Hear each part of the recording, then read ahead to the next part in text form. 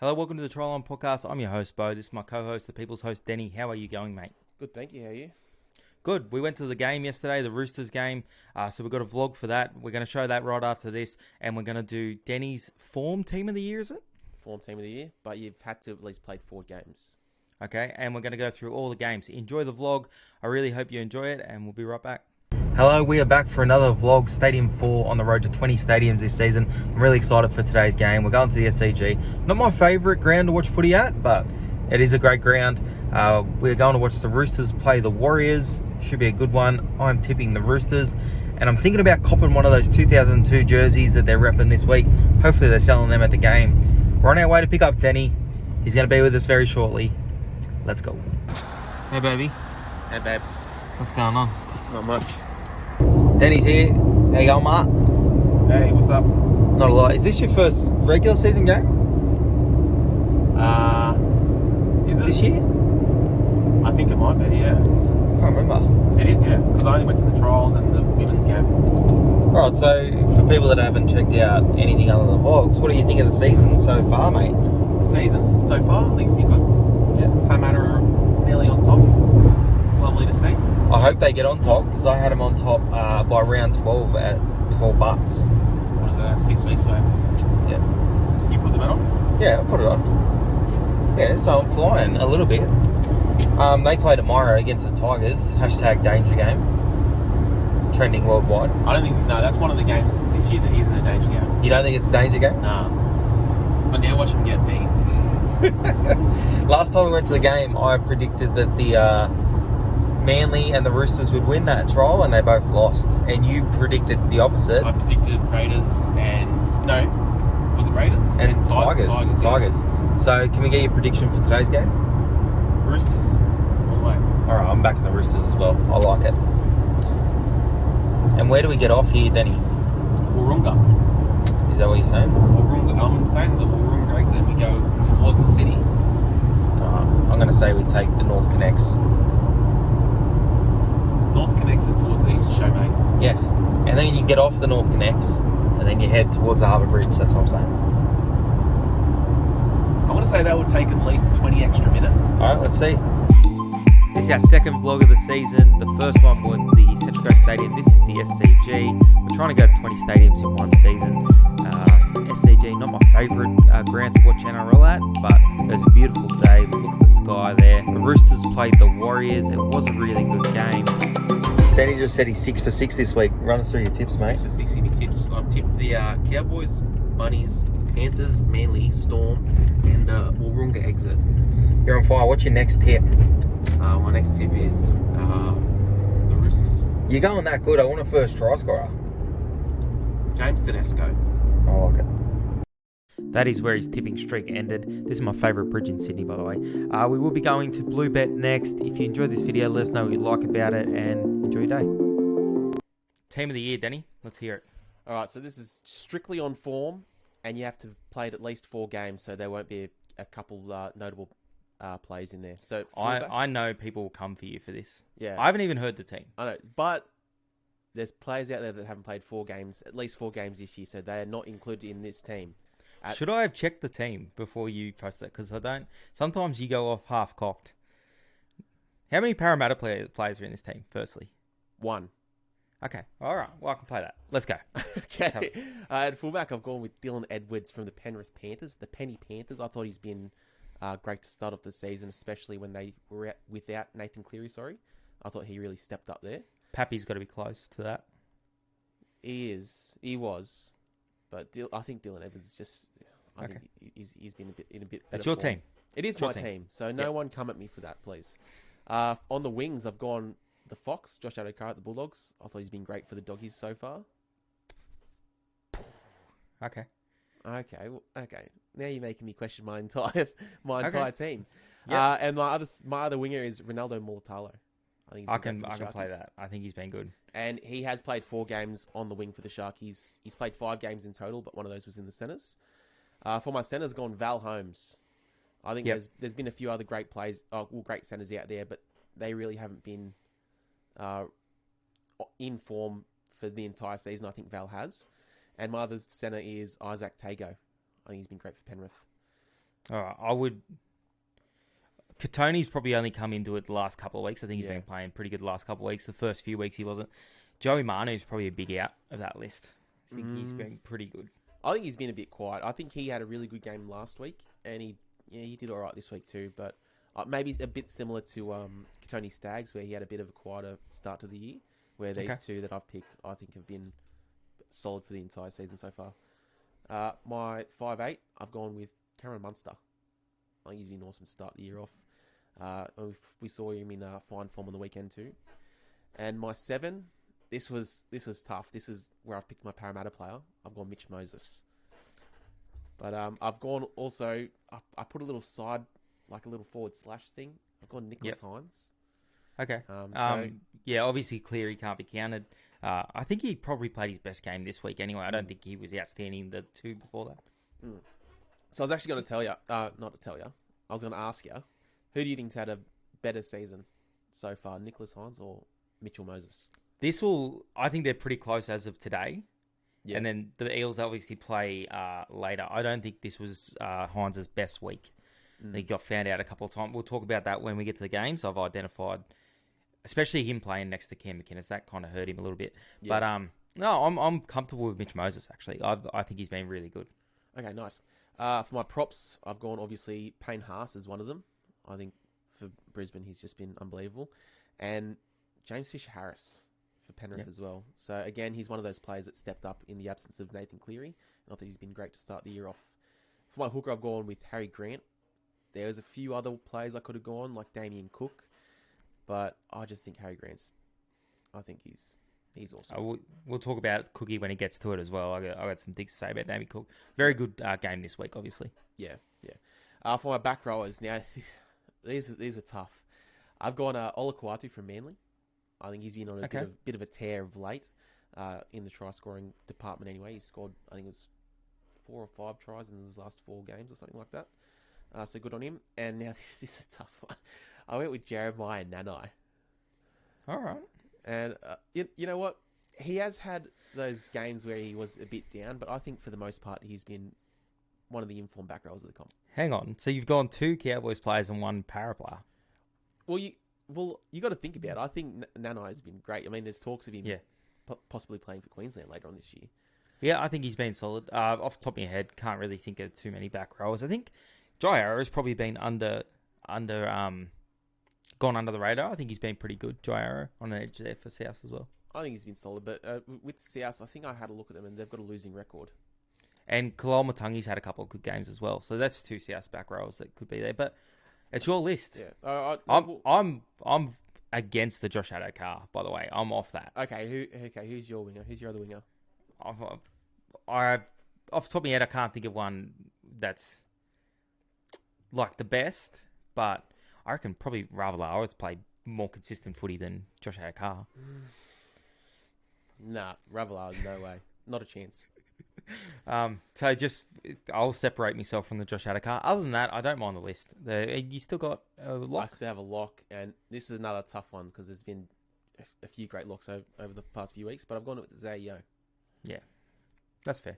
I think that's just that, and that rounds out the informed team of the year. Danny's I think he laid on 2 tries the other night too. He's ball playing in the middle of the field's been outstanding.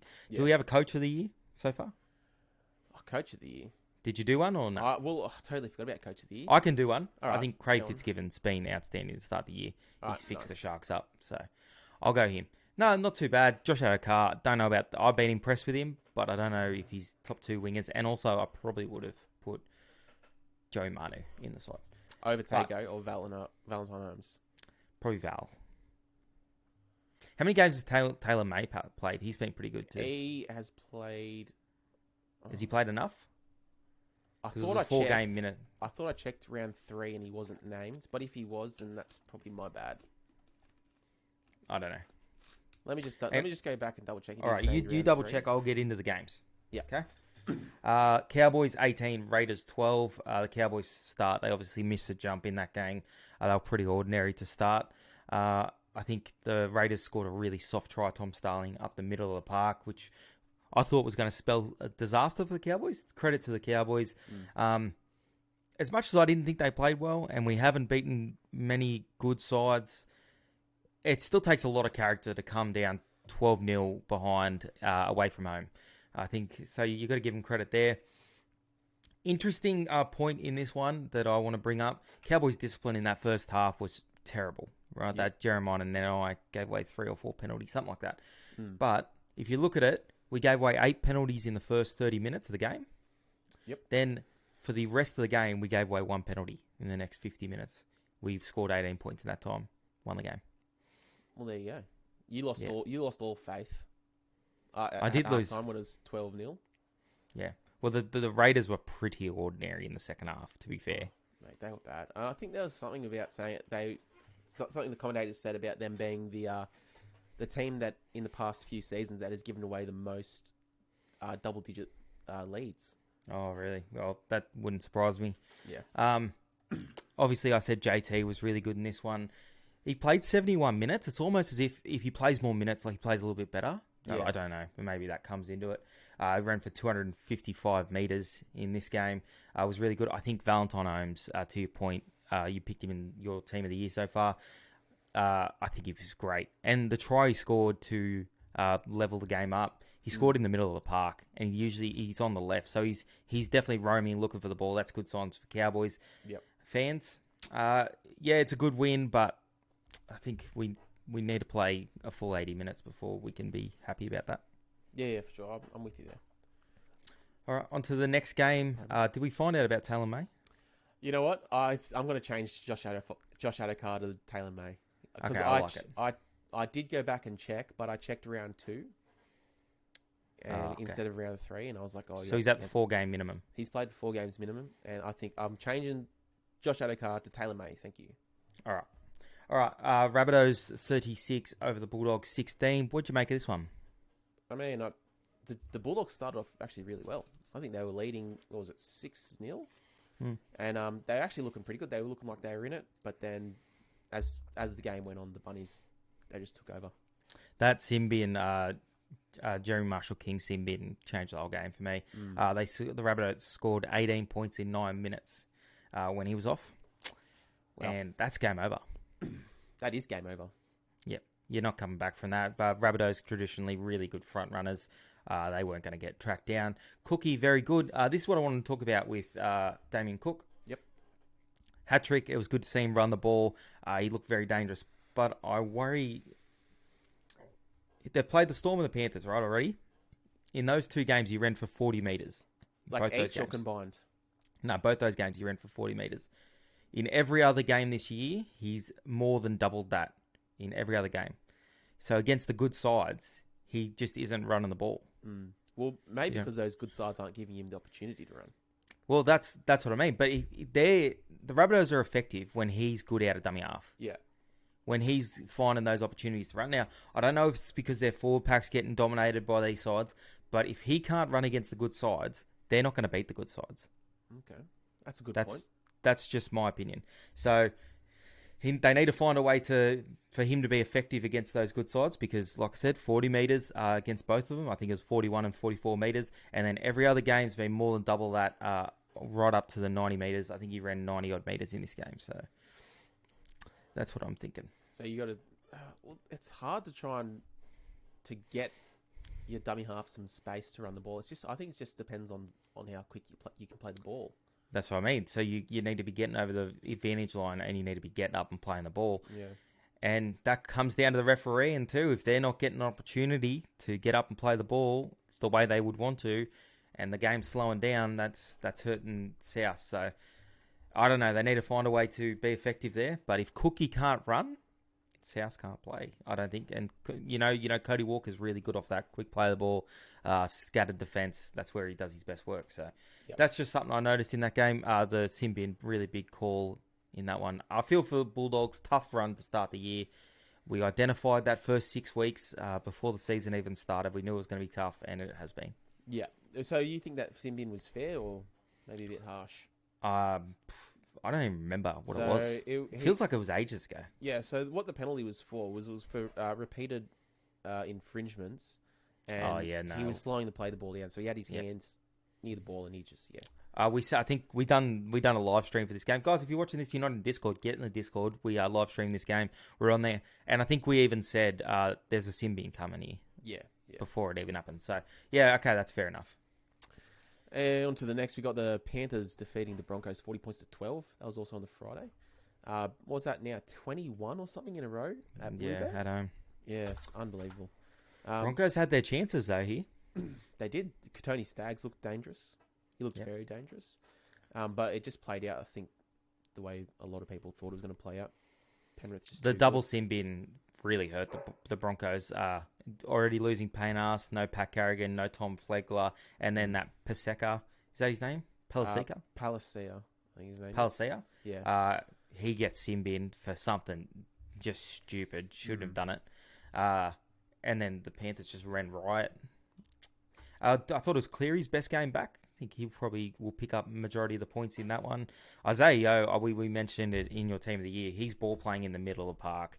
It's just unbelievable. His ability to play short or play out the back and make that correct decision more times than not is just second to none. Yeah. Well, that's why he's in the team of the year, mate. And I think the Bulldogs lack that at the moment too. They lack like a link play. I think Josh Jackson tried to do that a couple of times on the weekend, and balls went to ground or balls went behind players. And I think every team needs that link in the middle at the moment. They need a player that can play the ball. Yeah, or run if need be. Yeah, and he's a good runner of the ball too. Can run the ball. He can, yeah.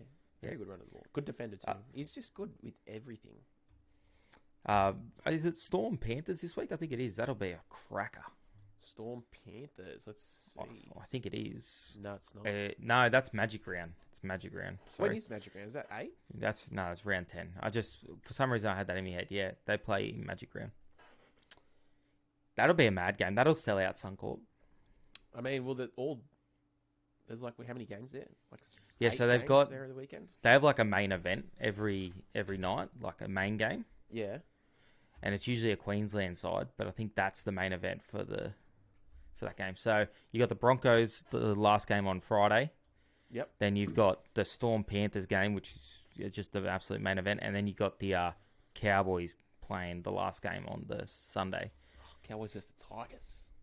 Oh, that's a game for the ages. You should have the Roosters Eels last game. What's doing? Main event. The Cowboys are the main event. Yeah, they're the main attraction, boy. Okay. Good win for the Panthers, but I think we all saw that coming. Yeah, for sure. Manly 26, Gold Coast Titans 18. I had to work this one because I'm trying to go to 20 stadiums in one season. Can't do that without money.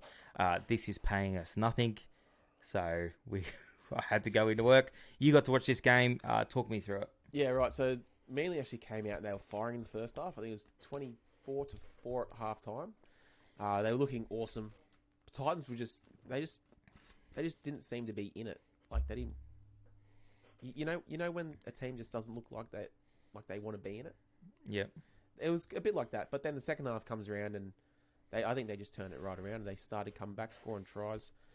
Dave Fafita had an awesome game. He looked unstoppable on the right edge. But yeah, just too little, too late. Maybe if the game was 20 minutes longer.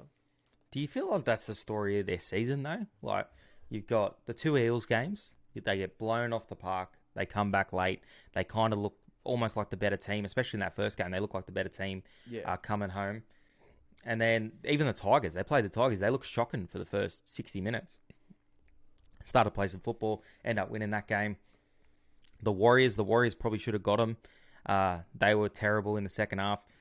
They just can't play two halves of footy at the moment. But if they put it together, they could be a dangerous side. Yeah, 100%. Maybe they, I don't know, like if they can put together a full 80 minutes, they could. I think they definitely could have won this game.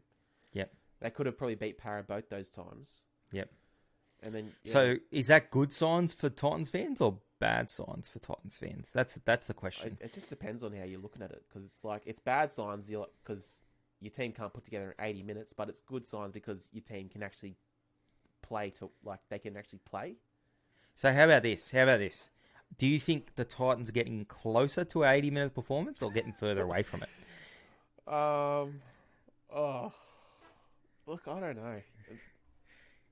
Because it just, like, you thought the week, coming in around 4, you thought, okay, They got the Tigers. This will be the game where they're going to, they'll rack up a big score and they'll bounce into the rest of the season. Yeah. Then they score the least points they've scored in a game all year against a team that can't buy a win. So I don't know about the Titans. If you're a Titans fan, let us know what you're feeling there. I think they're getting closer. I think they're getting closer to at least a win. What do we say? Every game decided by 6 or less. This one was decided by 8 points. So right around the money there. On to the next. Roosters Warriors? Is that the next game? No, that's just, you missed the bloody game of the round, mate. Oh, the game of the round. Storm. Yeah, the Storms, get us into it. Defeat the Sharks, 34 points to 18. Now the Sharks, they definitely looked up to this. Even though the scoreline is a bit out of whack. What's that? 16 points. It was definitely a lot closer than that. Didn't feel like a 16-point game. No, it was back and forth for majority of the game. Maybe the first 60 minutes, I think, was a bit back and forth. Looked like anyone could really win that one. But Storm end up coming out on top there. I left this game thinking the Sharks are a better side than what I thought they were. 100%. And they lost by 16 points. Yeah, 100%. The way they attacked Melbourne, they cut them to bits down that right edge constantly. Talakai's outstanding. Talakai can play the game. And I just felt for the Sharks because both teams lost players. Melbourne lost both the Bromwich boys, and the Sharks lost Britton Nakora and another player. I can't remember the other one. Oh, they lost Dale Finucane during the game, but I think they lost another one before the game. They just, especially like on that right edge, moving Cam McInnes to the edge really hurt him. He's played in the middle his whole life. I don't know if he's even started a game on the edge before, but it really showed the combination between him and Nico Hines really struggled. Nico Hines got isolated a couple of times on the line. Munster had a day out.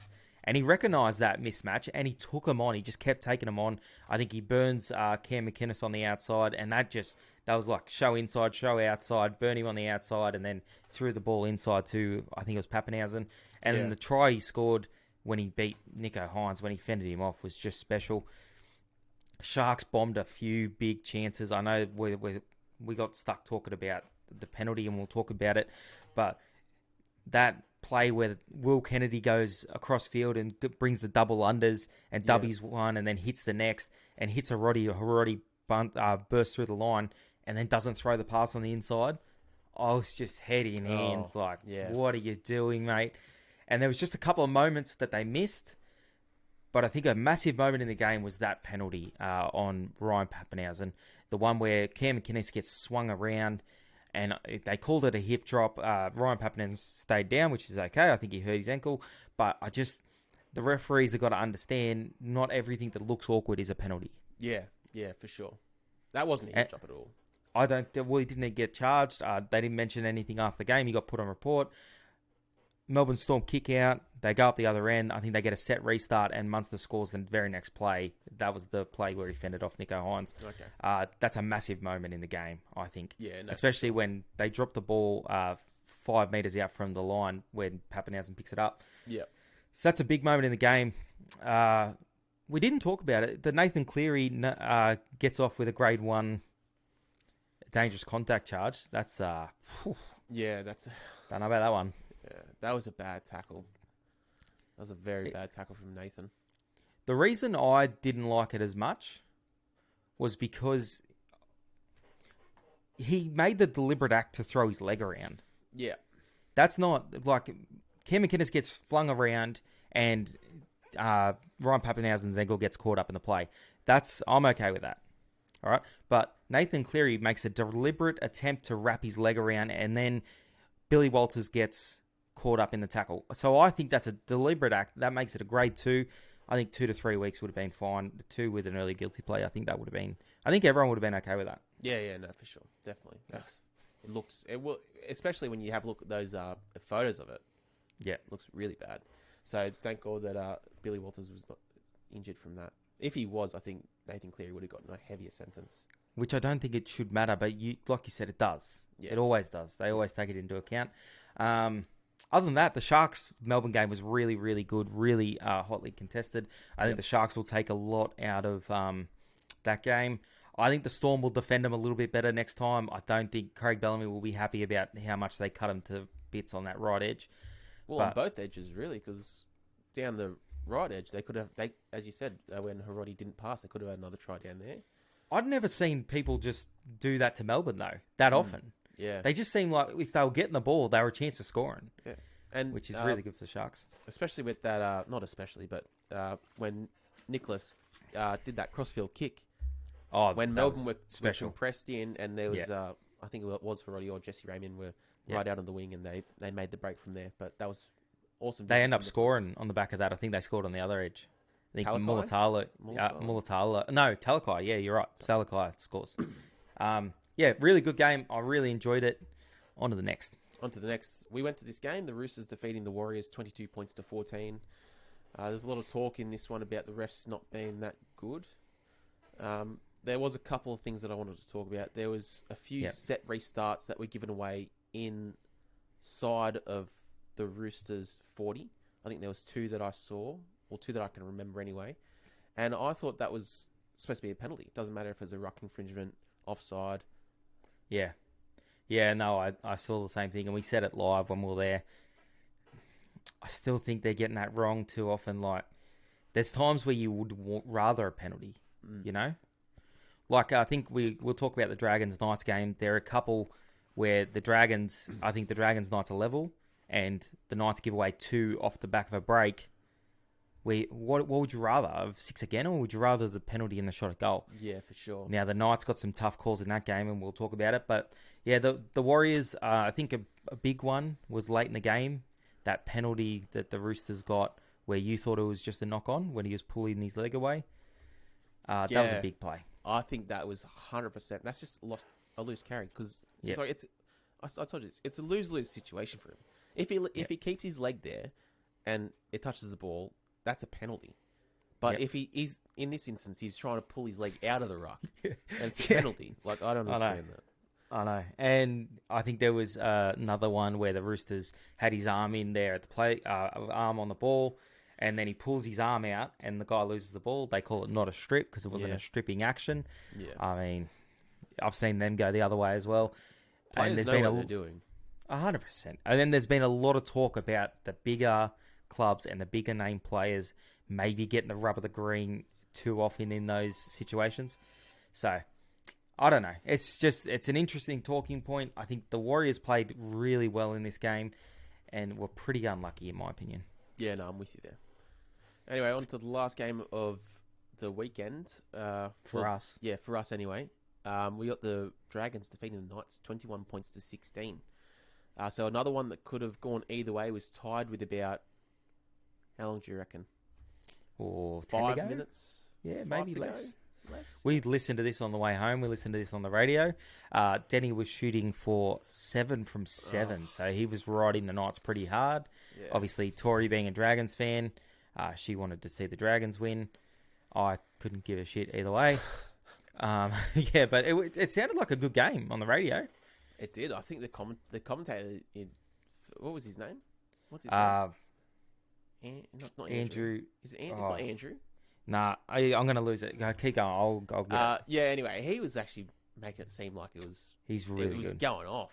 Yeah. But, both teams had chances to kick field goals late in the piece, but neither of them decided to take it. No, Zach Lomax did take it. Sorry. There's a really bad moment in this game at the end, though. Really bad moment. Did you end up seeing the footage of that, the offside? Oh, off the kickoff. No, I did see that off the kickoff, yeah. Oh, man. What do you make of it? That was bad. He was offside, and you can't come from an offside position back to an onside position anyway. So it doesn't even matter where he fielded the ball. Yeah. If he starts offside, he can't come back onside and pick up the ball anyway. Yeah. And he was obviously in front of him. Like, there was no way he wasn't. That's a huge That's a call. Penalty, and that's a shot at goal. Like, it's a far way out. It's 40 metres out near the touchline. But do you take that? I reckon you have a shot at goal for sure. For the win. Clifford's got a big boot too. Oh, yeah, all right. You give it to him, all right, and maybe it changes the I'm not saying he kicks it. I'm saying they and I never say this word, but they were maybe robbed of a chance to win the game. Yeah. Would No, you I say agree that? with you. Yeah, no, I don't know if they were robbed, but they were robbed of a chance to win the game. Yeah, no, definitely. Other than that, A chance to win the game, yeah. yeah. Other than that, I thought both teams tried really hard. I thought Kalen Ponga played a really good game. The news come out during the game of the Kalen Ponga contract. Can you walk us through that? What happened there? So the Knights have withdrawn, I think it was a 3-year extension for Kalen Ponga. Reportedly, yeah. Reportedly. And then supposedly that would free up some cap space or whatever to go after Munster. I do want to just say, before we get into it, the same guy that's reporting this reported that Sarko to the Eels was a done deal about 30 minutes before he went to the Titans. So, take that with a grain of salt. Yeah. If this is true, if you're the Knights, who do you want at your club right now? Well, besides Kalen, I want Kalen Ponga at my club. Yep. But I've just withdrawn my offers to him. So you'd have to go after Munster. You'd have to offer him huge overs. If they miss out on Munster after they've withdrawn the contract to Kalen, that's a shit show. Now they've got $1 million sitting there with no real star available. That reeks of they're going to pay overs for someone that doesn't deserve it. Yeah, well, I think they're not going to get Munster, to be honest. I think surely he'll want to go play under Wayne and the Dolphins, back in Queensland as well. That's what I think. That's enticing to if I'm Karen Munster, it's going to be a big contract. Oh, huge! You're the marquee player there. You're the one that they're building around. You're the number one man there.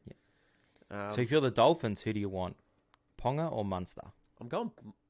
Oh, if I'm the Dolphins, who do I want? I'm thinking money at the moment, especially, and it's recency bias. You see what you saw on the weekend, even though Ponga was great.